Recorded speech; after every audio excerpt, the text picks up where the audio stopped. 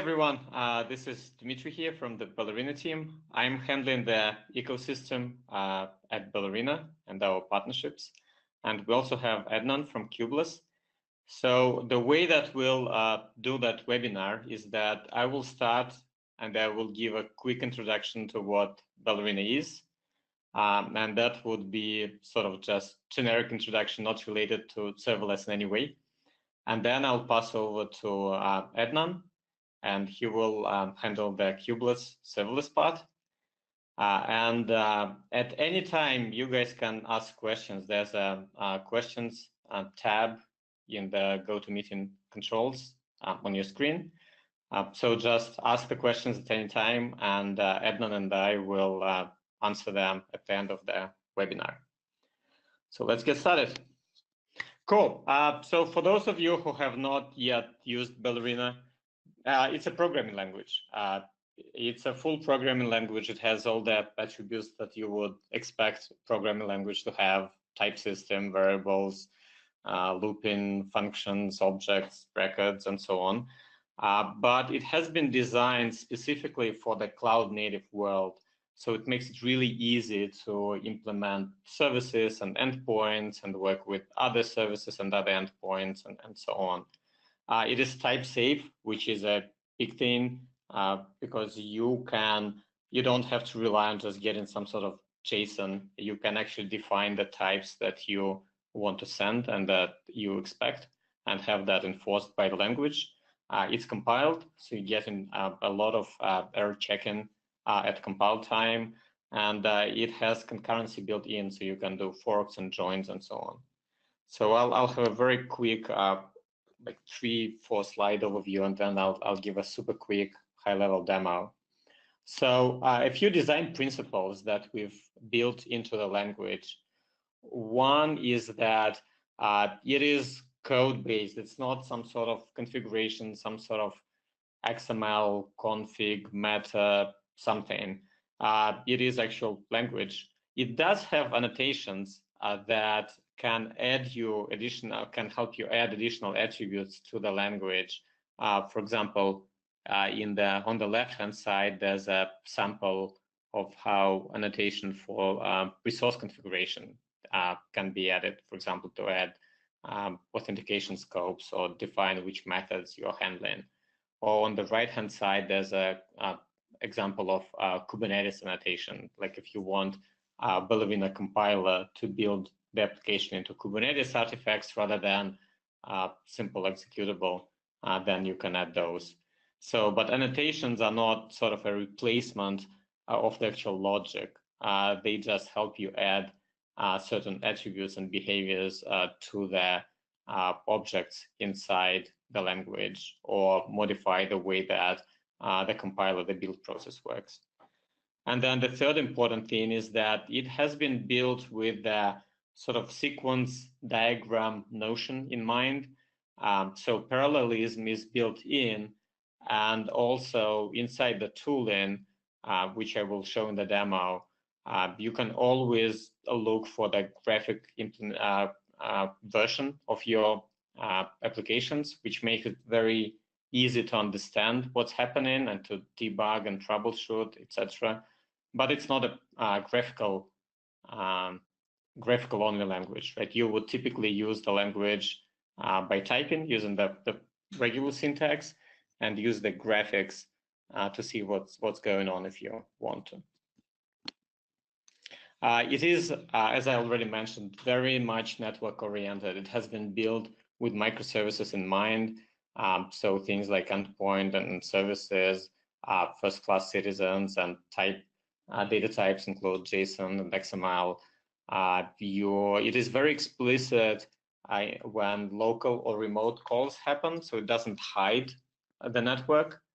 It has support for all the modern protocols like WebSockets, gRPC, and so on.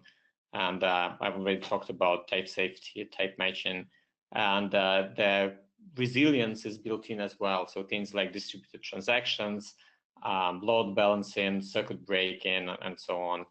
All of them are built into the language. And obviously, it has been built with security in mind. So things like taint check-in and taint assertions are in there. So again, when you're working with some sort of strings or parameters that you got from the external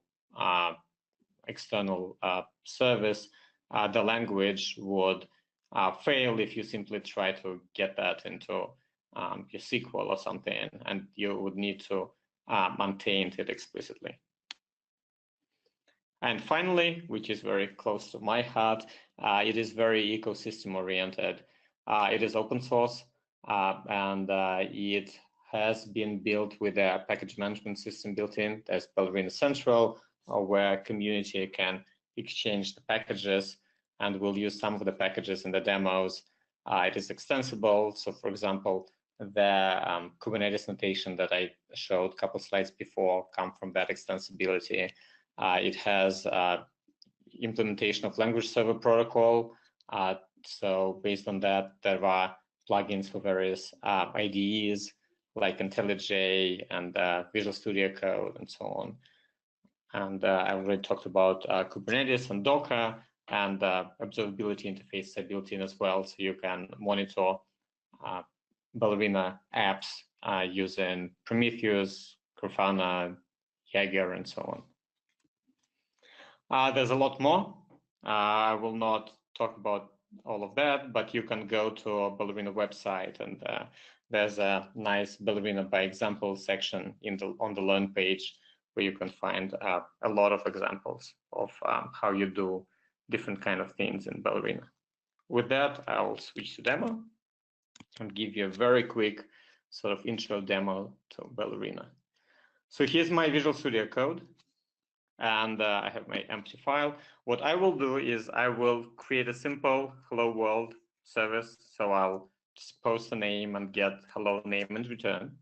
So if I want to do that, I'll use HTTP. So I'm importing HTTP package. I want to do a service.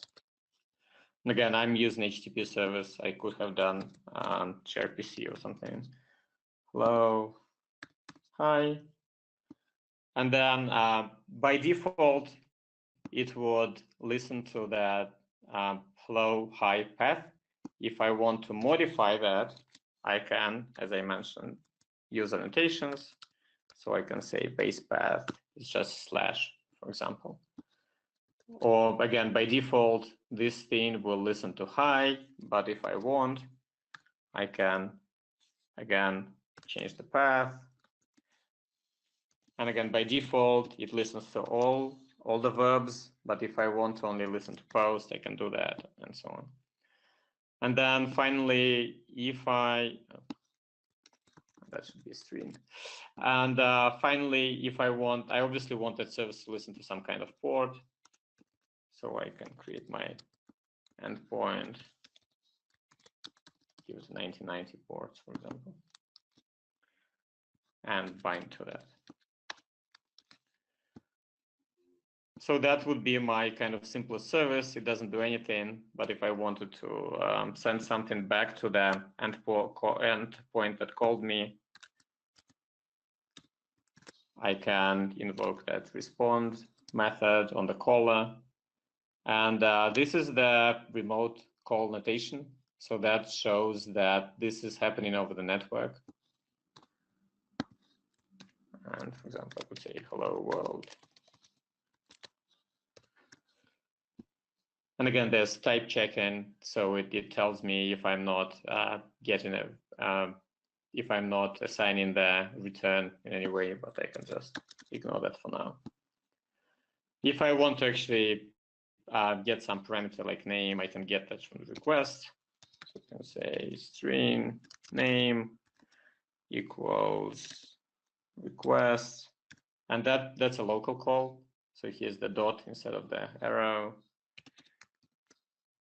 And get text payload. And again, type check-in kicks in, tells me that I'm not looking, so I'm expecting a string, but actually this method can return a union type, string on error. So I could do some error checking right here, or I can use a check keyword, which basically, if this method returns the actual string. It will pass the string. If it's an error, then it will throw the error. So here's my sort of simplest hello world thing. Oh, actually, I might as well use that name. Here it is. Now I can just do Ballerina build, or I can do Ballerina run if I want to just run build and run in one go. And then I can just curl into it. So I want to do a post. I want to pass some sort of string. And I want to do localhost 1990. Right, so here's my sort of simple hello world thing working. And like I mentioned, if I want to look at a graphical representation, it will probably be very unimpressive. Obviously, there's just caller sending requests and then getting hello plus the name back. But if we make it a little more interesting, and if we want to, for example, add Twitter, so we actually send that hello to Twitter, we can do that as well. Let me just check to make sure that there's nothing in my tweets right now. Yep. So again, the way you would do that is you would add a package, right? So you can do Ballerina search to see whether there's a Twitter package. Oops. On Ballerina Central. Yeah, there is. I'll take this one. I will import it.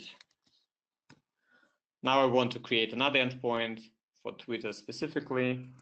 The way I will do that to save some time is that I'll just copy and paste that creation from GitHub. So that creates the endpoint, and the endpoint, obviously, it's a Twitter thing, so you need to authenticate using auth. I obviously didn't want during the webinar to just show my auth credentials, so instead I'll be reading them from a TOML file, and I'll do that using Ballerina config. So here it is. Now I have endpoint. I initialize it, reading stuff from config, and then I might actually as well use it. So now when I get that string, I will, and I'll just, again, ignore the output. I'll do Twitter tweet, and then again, send that in Twitter. Actually, maybe I don't ignore it and I get the response back.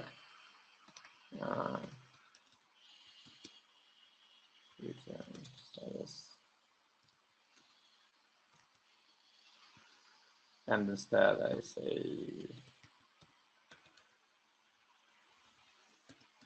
I tweeted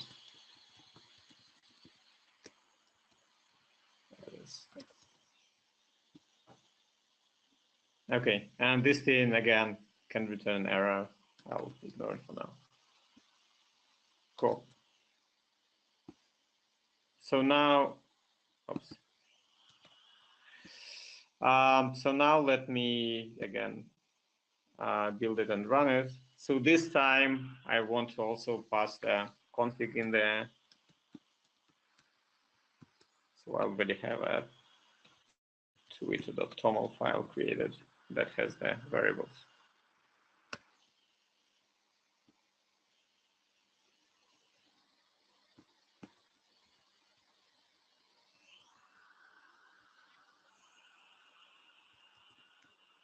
Oh, yeah, I need the space instead of this.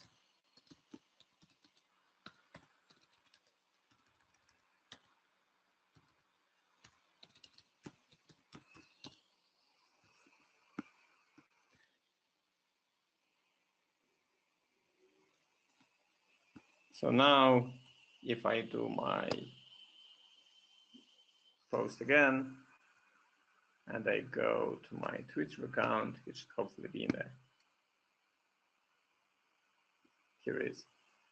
So like I mentioned, it's just a very quick overview. There's a lot more to Ballerina. It's a full language that has a lot of stuff built in there. I just wanted to show you guys quickly how it works with different network data types, and how you can easily add other systems like Twitter into your projects. And now I'll pass it over to Adnan. So he shows you how that language, Ballerina, can be used with Kubeless to do your serverless functions rather than Kubernetes or executables. Hey, yeah, thanks a lot, Dimitri.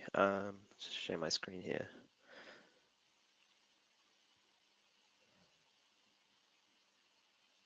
Yeah, I think you can kind of clearly see just from that demo just how kind of nice it is to work with Ballerina and write these kind of small services. And it'll be interesting to go on this journey here and see what that looks like in a serverless environment as well, and kind of make those services even smaller. So before we go into that, I'm just going to introduce myself here. So my name is Adnan Abdul Hussain. I'm a software engineer at Bitnami, and I work on our Kubernetes team, where we kind of work on a range of different kind of projects here, all kind of in the open source world within the Kubernetes ecosystem. So we kind of initially did some work on Helm, and some of us are core maintainers of the Helm project. And we've also worked on some other projects, kind of smaller ones like sealed secrets, which is a way to define secrets within Kubernetes, kubecfg, which is kind of another way of deploying applications to Kubernetes. And then there's a project that we have called kubeapps, which is kind of like a dashboard for your Kubernetes cluster. And then what we're going to show you today is Kubeless, which is the serverless framework for Kubernetes. And all of these tools kind of follow a kind of general theme, which is essentially making apps easier to run on top of Kubernetes. So that's what we're all about. So Kubeless. So we kind of pitch it as the Kubernetes native serverless platform, and it's kind of there's a interesting reason for that, which I will go into when we look at the demo and when we kind of show how things kind of work under the hood under Kubernetes. But it's Kubeless. It's all open source, so it's you can go to the GitHub here, github.com/kubeless/kubeless, and you can see all the sources there, and you can find the releases there as well and install it. Just briefly, I'm just going to kind of touch on what serverless and kind of functions as a service is for those who kind of maybe are not that familiar with it. But it's kind of, in a traditional application, you kind of have this whole stack where you have you have your operating system, you have your runtime, you have your applications on top of that. In a serverless environment, you're kind of going straight to kind of like the top level of that, and just deploying these kind of standalone functions that kind of do act on kind of one thing. So it's kind of, you can kind of see it somewhere in like the platform as a service spectrum. It's not exactly the same as that, because you're not, traditional platform as a services like Heroku, for example, are built around pushing code, doing like a git push and pushing code, or like a container as a service where you're running containers that you've built. But this is more about that kind of just that the unit of deployment is just is literally just a function in code. And with this, you get your infrastructure, how the thing is scaled, how it's networked. All of that is completely transparent to you. It's depending on the platform, it's kind of done on the hood. You don't necessarily care about it, and you get this kind of fine-grained kind of cost of management as well, because if you're using something like AWS Lambda, for example, you're only paying for when that function is being run. So it kind of there's kind of a lot of benefits to it, and it's an interesting way to deploy applications. And typically what you'd have is you'd have multiple of these functions deployed on your service platform, and they'd interact with each other, or interact with potentially other services as well. And we'll actually see an example of that as well.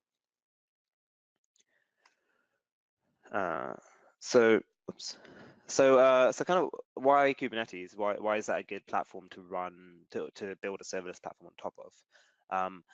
Kubernetes, if you haven't heard of it, it's a place where a lot of people go to run production containers in production. So it's an orchestration system for your containers, and it's just a very kind of flexible system. There's a lot. It's kind of great as a building block because there's a lot of tools that are being built around it. And it has a heavy emphasis on infrastructure as code. So everything in Kubernetes is kind of defined as a manifest, a descriptive manifest that is actually in YAML or even JSON, and it basically describes various pieces of the system, of the services that you're deploying, and then there's tools built around it on how you manage that and actually apply that state inside your Kubernetes cluster. So we'll see a little bit of this as well in the demo. It's kind of, you know, as a container orchestration system, it's kind of suited well for microservice architectures. It has primitives built in for networking and service discovery and all that good stuff that you kind of want in these kind of when you're running multiple services. So it's also kind of therefore pretty good for running services platform on top of, because you can take advantage of all of that. And I think most importantly, it's again, you know, it's very easy to build abstractions and APIs on top of it. The project is actually very extensible, and they have what they call custom resource definitions, which we'll also look into, which allow the ecosystem to actually build new APIs in the main Kubernetes API on top of it.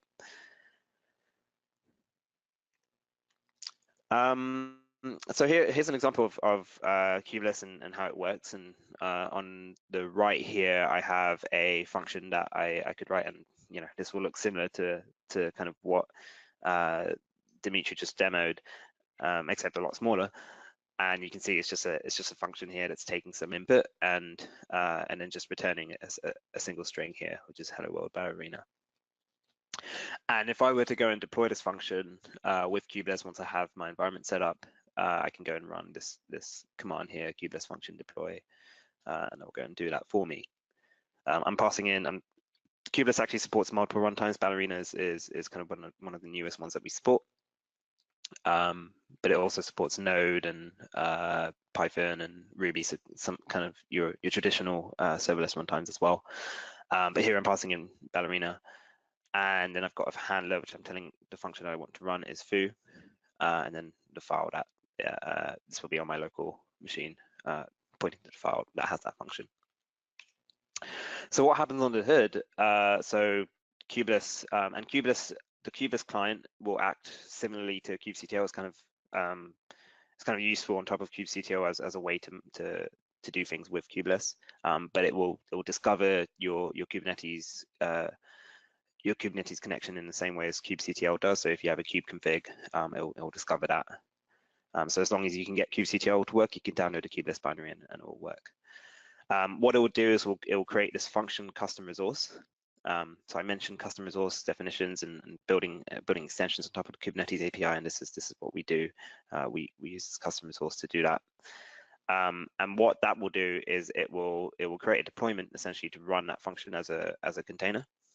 So you just need to provide the code. Kubeless will actually figure out, you know, how the runtime works for that container, what container it should be part of, and it will put it in and it'll run it as a deployment inside Kubernetes. The code will actually be stored within a config map in Kubernetes, which is a way of essentially storing configuration in Kubernetes and then using that within your applications.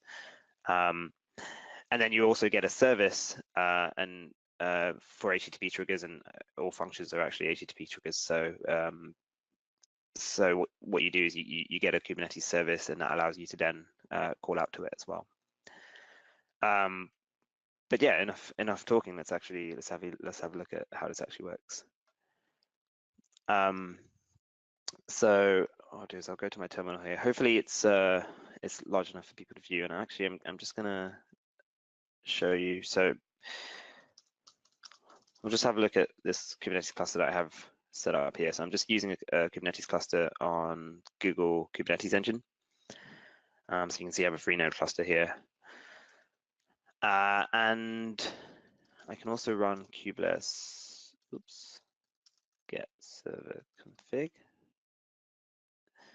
So I have the Kubeless binary installed, and this is telling me it's been able to connect to my cluster correctly, and I've got some supported runtimes here.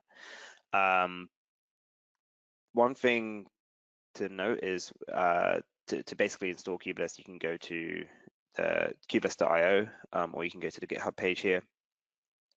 And if you go to the releases page, here you'll see you can download the binary, so if you're Linux, Windows, or OS X. And then you can also download the manifest to actually install Kubeless. So there's obviously a server-side component to running Kubeless in a cluster, and you can essentially follow these commands here to actually install Kubeless within your cluster. So if you have RBAC enabled, you want to go ahead and install this one. If your cluster doesn't have RBAC, you can use this one, or if you're on OpenShift, you can use this one.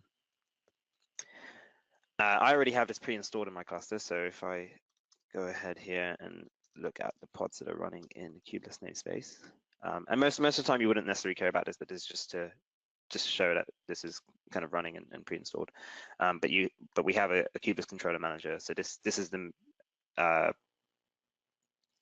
the controller within Kubernetes that's watching on those function resource endpoints and will act on that when a function gets created. So if I get custom resource definitions, you'll see I have a custom resource definition called functions. And this is again what Kubeless installs for you, which means what I can now do with kubectl is to get functions and treat it as if it was an actual core resource within Kubernetes, but actually it's something it's an API that we've added on top. So right now I don't have any functions running. If I run kubectl get pods, whoops, I think I spelled it wrong. I have a single. This is a Minio service that I have running, but I don't have any Kubeless functions running yet. So let's go ahead and run one. But before I do that, I'm just gonna open up another window here, and what we're gonna do is we're gonna watch the pods in here, so we can see what the life cycle of the container that Kubeless starts for us is like. So to deploy a function, I've got a couple functions in here. The first one I'm going to show you is this hello data function. So we'll just have a look at this one here. So again, pretty similar to what we've already seen. It's extending a little bit from that hello world example, and what we have a function here is just printing out the event and context that Kubeless passes in as input. So this allows us to get input from kind of the trigger, so we know where the actual event is coming from. We know any data that's passed to it we can get from here, and then we're just going to return the data that was given there. So what we'll see is if I go and run function deploy here. So again, similar to that command that I had, so I'm just deploying a function called hello ballerina. I'm pointing to the Ballerina 0980 runtime. This is actually new, released I think yesterday. So I think this actually isn't in the latest release of Kubeless yet, but it should be soon. So we should see it soon. Let me just hide this here. So, and then I'm pointing to the file that we had. So this is hello data.bal. And then again, the handler is just the foo function that we want to run. So when I do this, what we'll see is we saw that a pod is starting here now, and we can see it's going through this init container phase here. So what it's doing is Ballerina as a compiled language. Kubeless is actually creating a pod with an init container. So init containers is a Kubernetes concept, which is a container that runs before the main container starts, and that container does a job of compiling that function for us. And once it's been compiled, we store that in a volume, the compiled function, and then we actually start that up as the main container in the pod to run. So now what I can do is I can have a look at this. Oops.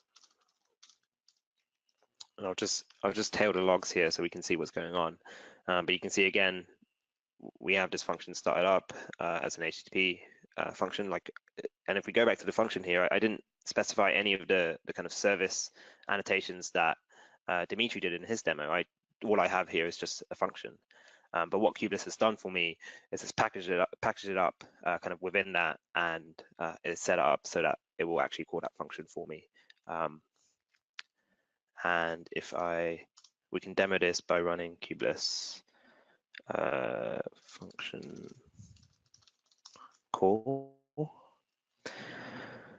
So I'm giving it the name of the function, and then I'm just passing in some data here. This is kind of an equivalent of a curl. What's happening under the hood is it will actually do a kind of port forward to that function, a kubectl port forward, and then essentially do the equivalent of a curl to it.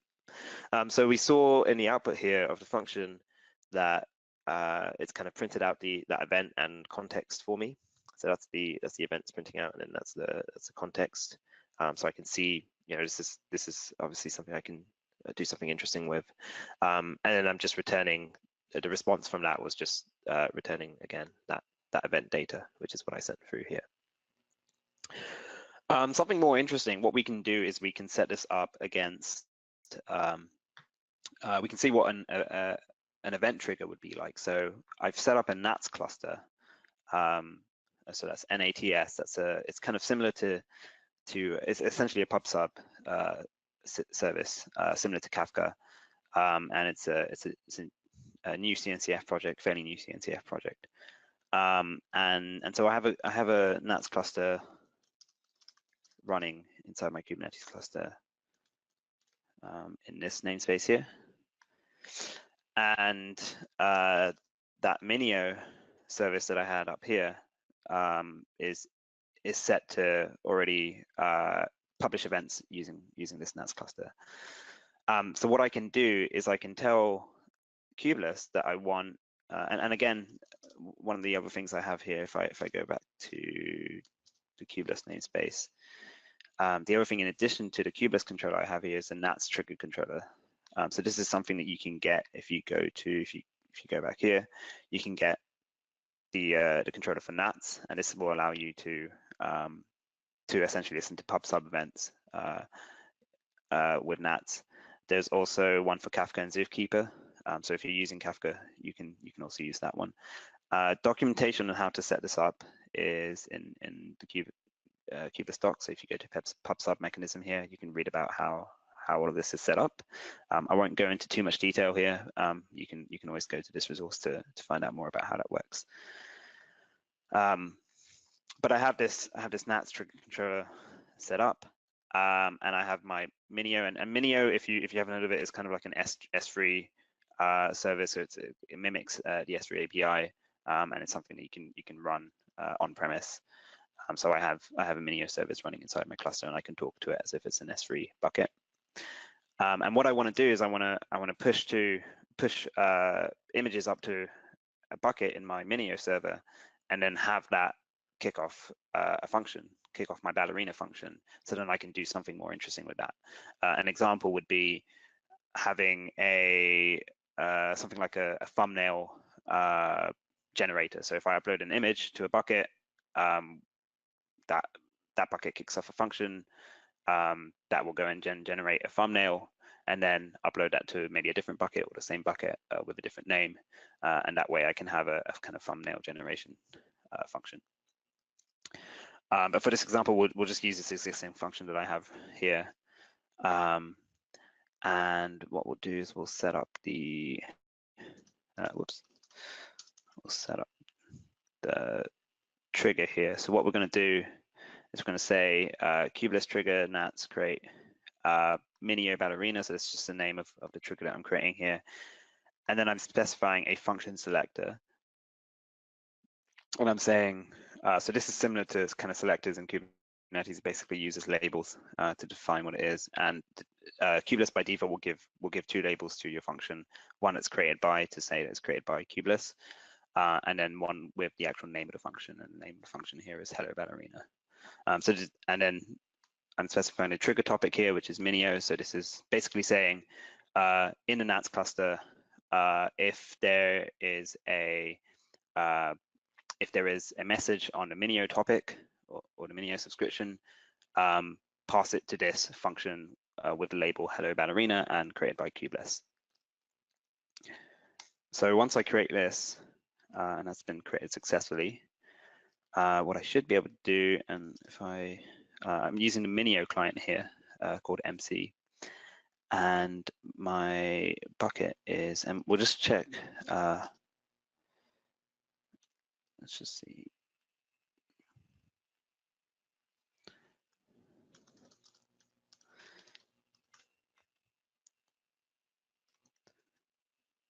I think it was images. So we can see that in this bucket here that I have called images in my Minio server, I've already set up this this event here. So that means that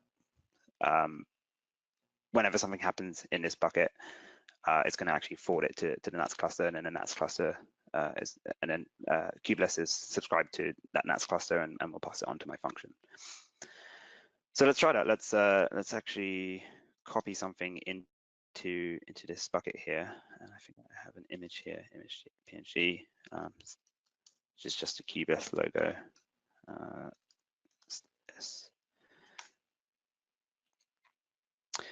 So that's been uploaded to my Minio bucket, and we can see that I got an event here that said that this object has been created. Put the name of the image is here as well, and I can find out more information about that as well.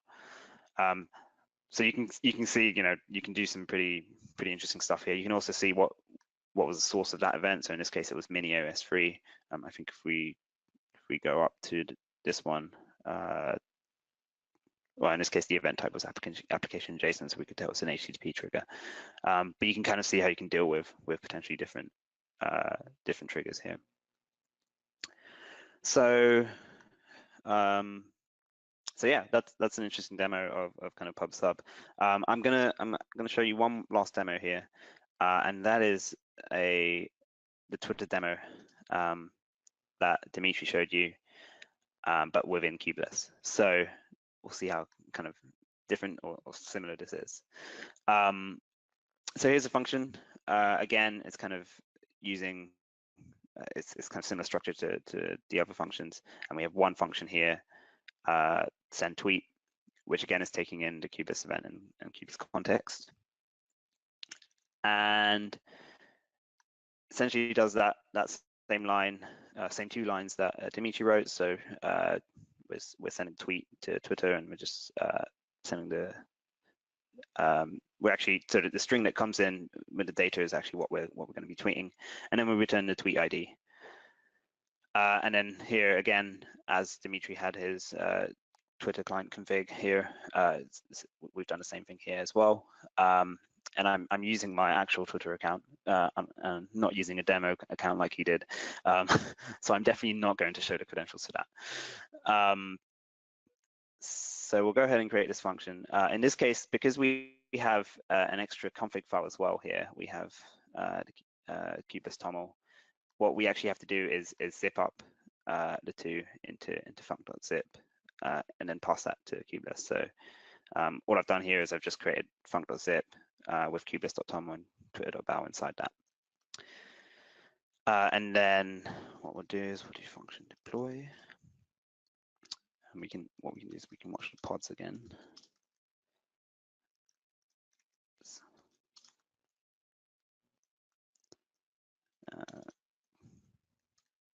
Try to remember.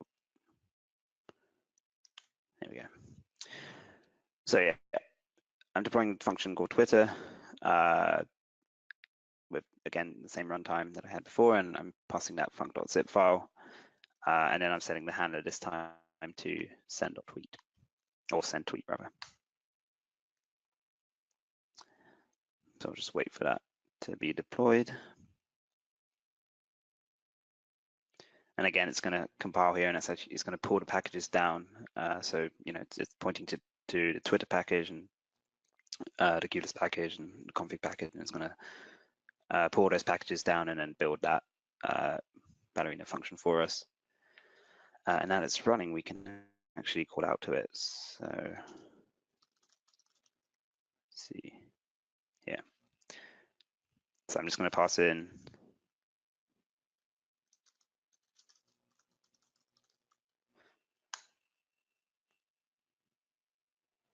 we'll do that. We get a tweet ID back. And if I go over to my Twitter here, hopefully see, yep, hello from Kubeless and Ballerina, the webinar. So yeah, that's what I have in terms of a demo for Kubeless. If just go back to the slides, I've got a couple more slides to show. So we kind of, you can see like we're kind of in progress of releasing 1.0, and we're going through a few alpha releases here. So it'd be great to get feedback on that. Some of the things that are new that will be new in the 1.0 release is so obviously we've added support for Ballerina. We've also added support for Golang. So one of the interesting things here is previously Kubeless kind of only supported non-compiled languages like Python, Node.js, and Ruby, so interpreted languages. But now we have support for compiled languages, and so that includes Ballerina and Golang in that. You can also pass in. Sorry, the slide's a little bit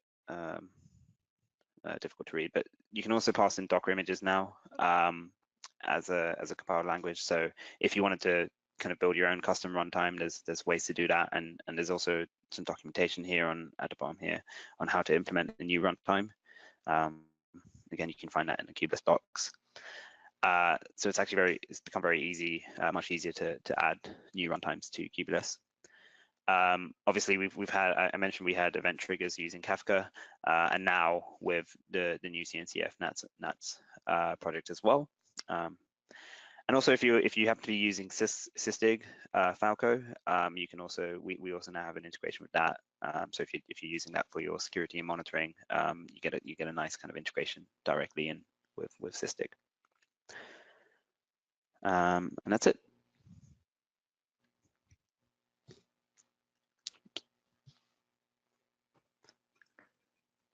Awesome. Thanks, Edmund. And last thing is, if you can go to the next slide, I guess. Sure. Yeah, last thing that I'd like to announce is that next week, next Wednesday in San Francisco, we have our Ballerina Con, which is actually going to be the first Ballerina conference. It's a full-day event. You can attend it in person, or you can register for a streaming virtual event and see demos. Both Adnan and myself will be there, and there will also be a lot of other great speakers and community members. We'll have people from Istio, OpenWhisk, Honeycomb, and a lot of Ballerina engineers and architects as well. So hopefully we'll see you there, or you'll see us online if you sign up for the streaming version of it. Yeah, I'm excited for it. So yeah, hopefully see you there if you're able to make it. Cool. Sounds good.